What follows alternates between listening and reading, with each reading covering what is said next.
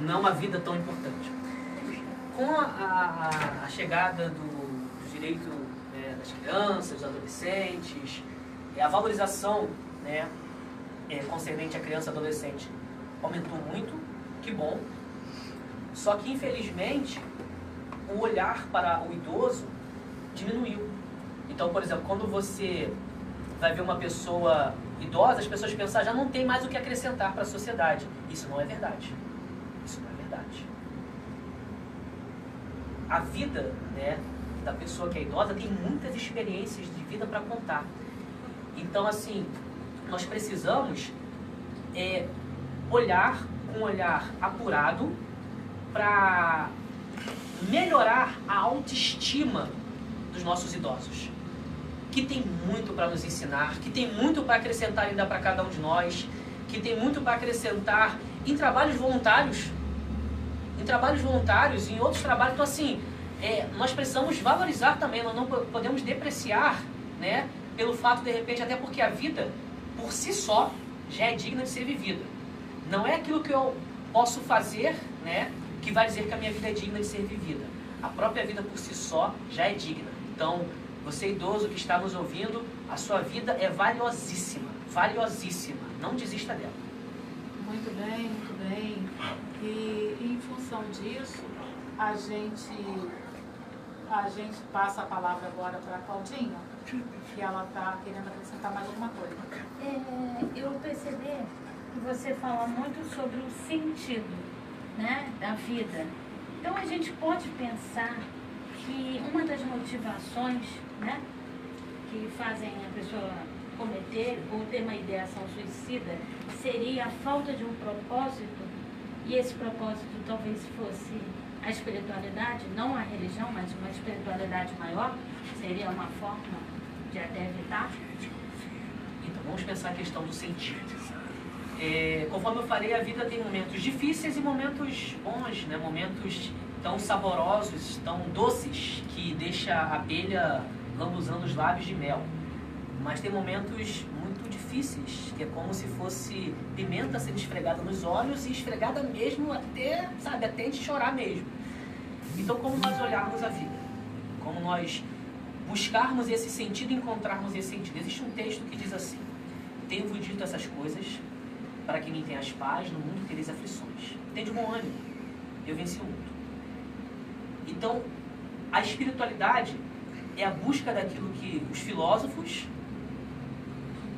tantos outros e todos nós buscamos, é a busca pela verdade. Então, enxergar o sentido da vida é buscar a verdade, é enxergar a verdade. Então, a verdade é, teremos aflições, tenha bom ânimo, ou seja, tenha autoestima. Você vai ter que, não adianta, não vou fantasiar a vida, não vou viver, por exemplo, um pessimismo. Um pessimismo, não, poxa, eu não vou conseguir. Não, tenha ânimo, mas também não vou viver também um otimismo fantasioso, achar que não vou ter aflições, que não vou ter angústia, que não vou ter problemas. Então, enxergar o sentido da vida é buscar a verdade. Muito bom, exatamente isso. A gente está refletindo aqui.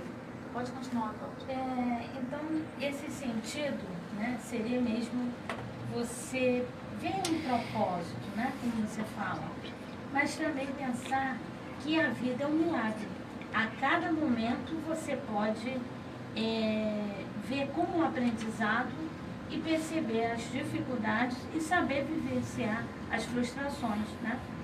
Então, mediante isso também, pegando a ideia aqui do Fabiano, sobre as estatísticas sobre o suicídio, o índice maior seria homens ou mulheres? Então, referente às estatísticas,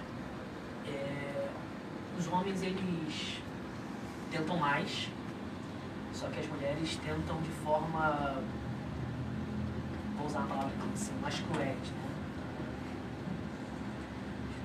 As mulheres tentam de forma mais cruel, muitas das vezes, né? Eu sempre gosto de aplicar a questão da leitura da sociedade. A sociedade tem que... é o perigo, né? Tanto do machismo, né? Mas também do feminismo. temos que achar um equilíbrio.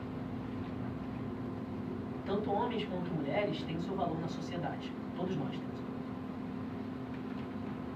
Os homens não devem desvalorizar a importância das mulheres na sociedade. E as mulheres também não devem desvalorizar a importância dos homens na sociedade. Então, deve ser encontrado um equilíbrio. E achando esse equilíbrio, ambos conseguiremos prevenir o suicídio. Tanto o homem será uma ferramenta de prevenção ao suicídio concernente à vida da mulher, e a mulher também será uma ferramenta, um instrumento de prevenção ao suicídio na vida do homem. Então, os homens tentam mais, mas as mulheres tentam de forma mais cruéis realmente, mais difíceis dar cabo da própria vida. Então, ambos devem ser valorizados, valorizar tanto a vida do homem quanto a vida da mulher. Realmente é complicado falar nisso, né? A gente para pensar e a gente se pergunta, né? Como pedir ajuda, né? Então a gente manda agora para os ouvintes uma mensagem assim: se você está com pensamento suicida, é importante pedir ajuda. Fale com alguém próximo, conte para as pessoas o que passa pela sua cabeça. Ter alguém para conversar faz toda a diferença. Mas se você não tem ninguém próximo com quem conversar, não hesite em ligar para o 188 e conversar com um dos voluntários do Centro de Valorização da Vida. Eles estão lá para você e podem entender o que está se passando com você, a sua cabeça. Eles atendem 24 horas por dia, a ligação é 0800, é gratuita. Então, não hesite. A gente tem que estar sempre falando isso, a gente tem que estar sempre trazendo. É uma coisa que tem que ser uma prática, porque a questão da prevenção do suicídio não é só algo profissional. Eu acho que, no meu entendimento, é uma obrigação de cada ser humano, enquanto humanos, a preservação da vida, né, que é algo de mais precioso que a gente tem. E alguém mais quer fazer alguma colocação? Você quer estar colocando mais alguma coisa, Felipe? Fique à vontade. Realmente eu queria motivar você que está nos ouvindo, que de repente está com algum sentimento de ambivalência, que você ligue realmente, ligue para o CVV, né, uma ONG humanitária que tem um trabalho de extrema relevância na sociedade. Procure ajuda, procure um amigo, né?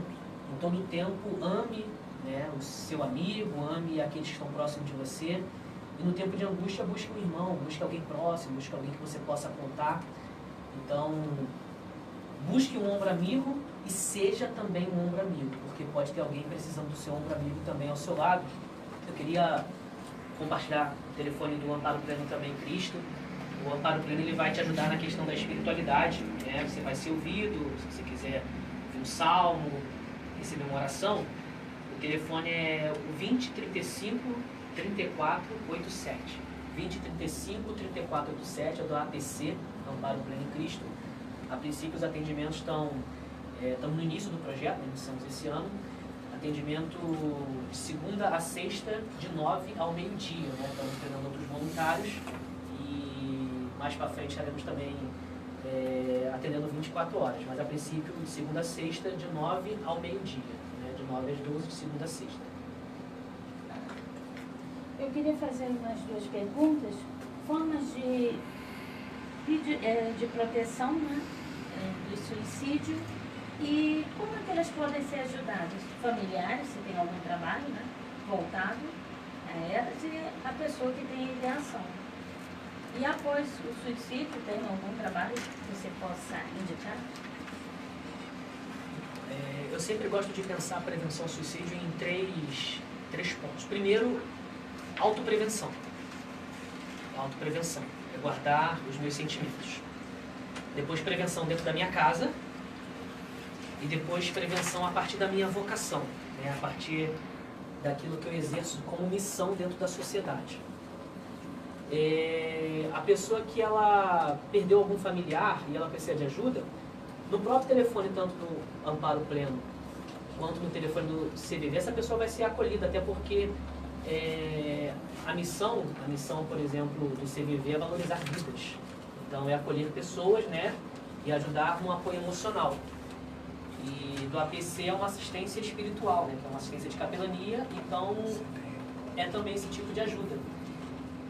E a própria rádio aqui, né, divulgou também um trabalho de assistência psicológica, né, necessária também. Então, por exemplo, eu sou capelão.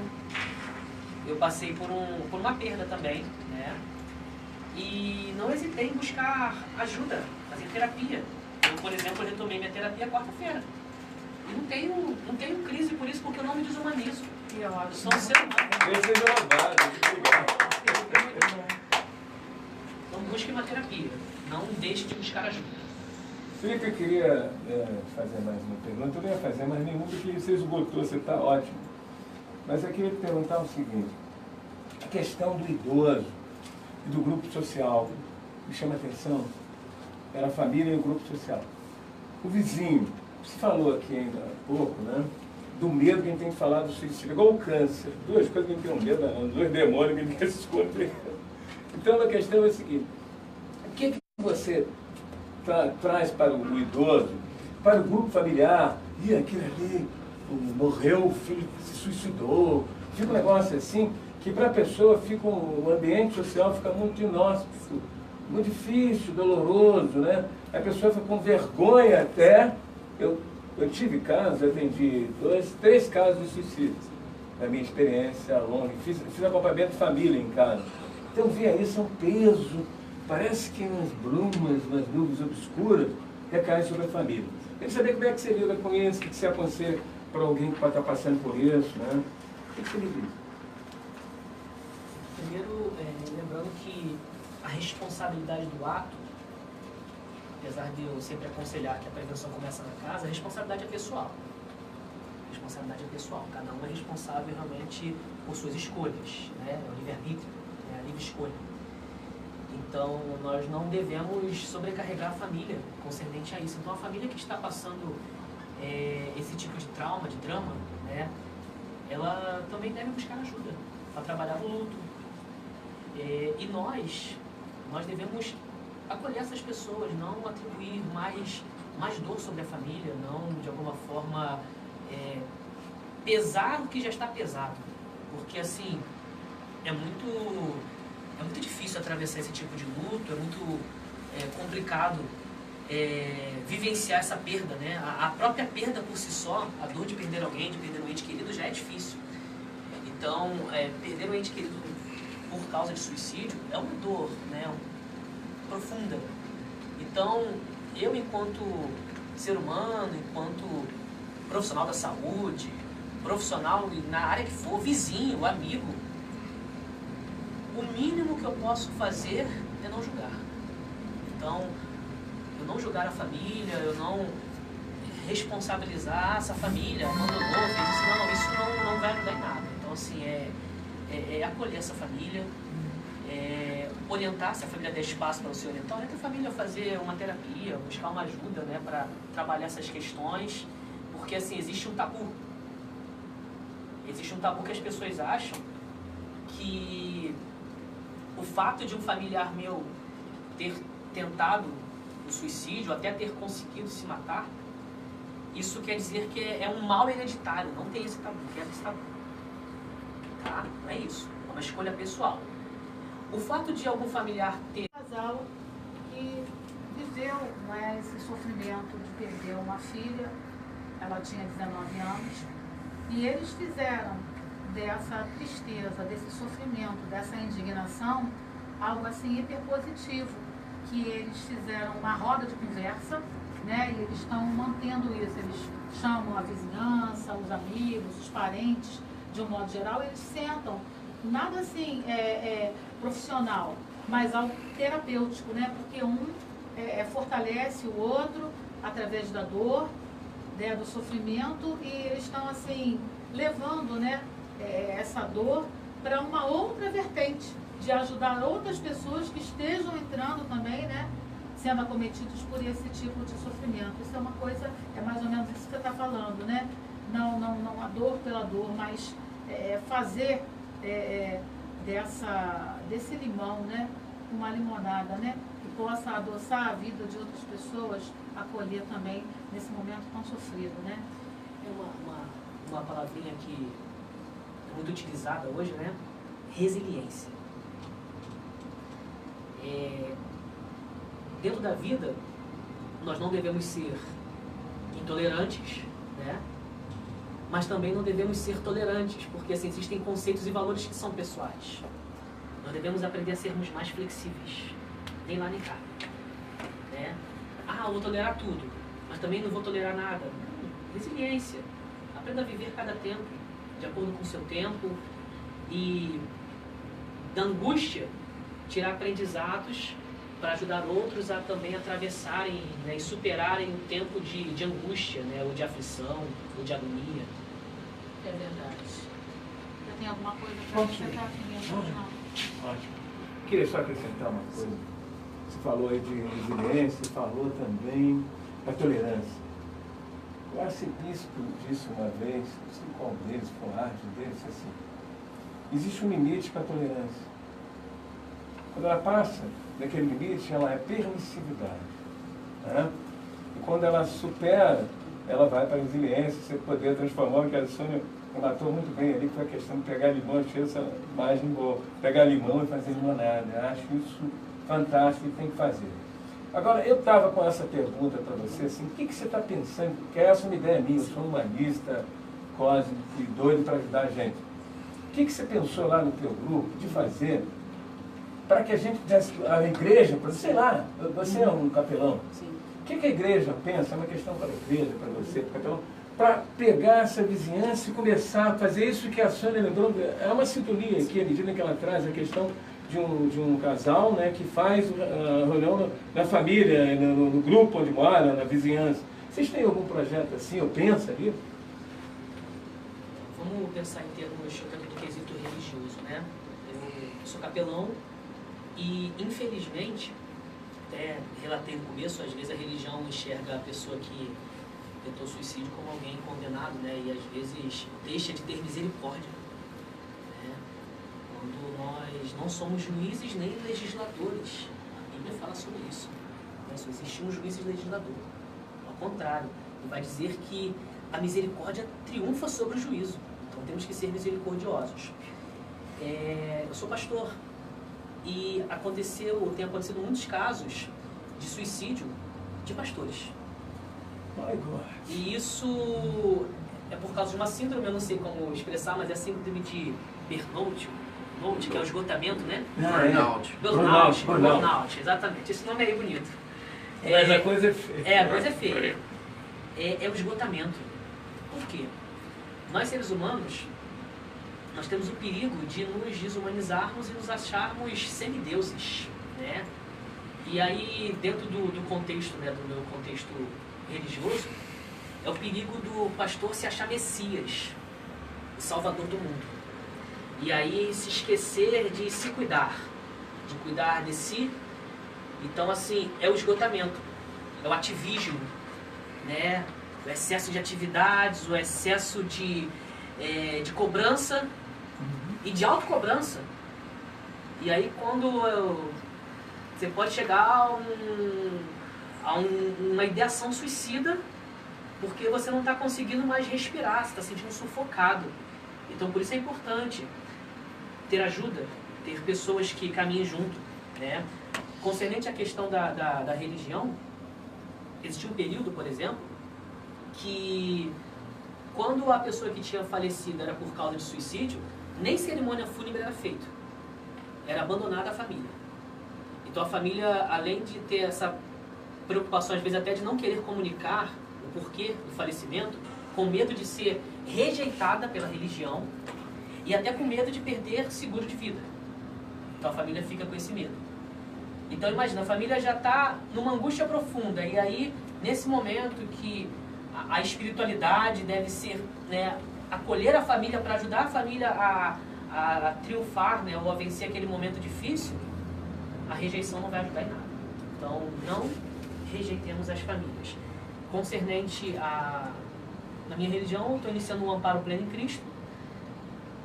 temos conversado bastante, tem dentro da, vamos dizer assim, da comunidade evangélica, né? Nós temos conversado sobre esse tema. Foi um tabu também, e é um tabu que está sendo vencido, porque nós nunca pensamos que vai acontecer na nossa tenda, né? Mas aí quando começa a acontecer, a gente fala, opa, então a gente tem que ficar atento quanto a isso e temos que cuidar do outro, mas também nos cuidar. Sim. É aquele start, né, que tem que estar dentro de nós para a gente poder saber o nosso limite, né? Saber o horário do nosso limite. E por falar em horário do nosso limite, a gente vai fazer uma pequena pausa aqui para que os ouvintes possam fazer as suas reflexões acerca do que a gente está discutindo aqui, lembrando a todos que a gente está falando sobre prevenção do suicídio. O nosso convidado de hoje é o Felipe, né, que trabalha com os enlutados do cemitério do Caju. Para você que está chegando agora, ouvinte, esse tema é um tema hiper importante, fundamental nos dias atuais. E aí a gente vai colocar agora para vocês uma poesia que a gente selecionou justamente, que a gente estava ouvindo ontem nesse programa pela manhã, que eu acabei de falar aqui, que é do autor Braulio Bessa, e ele fala sobre a valorização da vida. Ouçam com calma, com atenção, e vamos fazer uma reflexão por alguns momentos.